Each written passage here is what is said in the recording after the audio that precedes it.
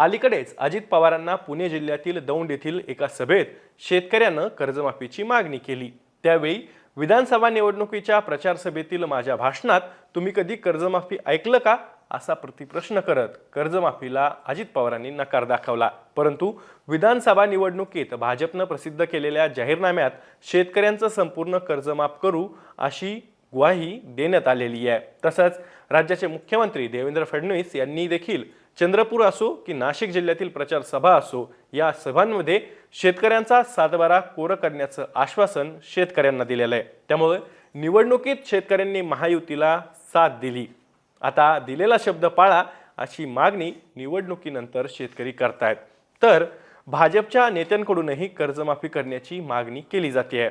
विधिमंडळाच्या नागपूर हिवाळी अधिवेशनात भाजपचे आमदार बबनराव लोणीकरांनी मुख्यमंत्री आणि दोन्ही उपमुख्यमंत्र्यांना कर्जमाफीच्या शब्दाची आठवण करून दिलेली।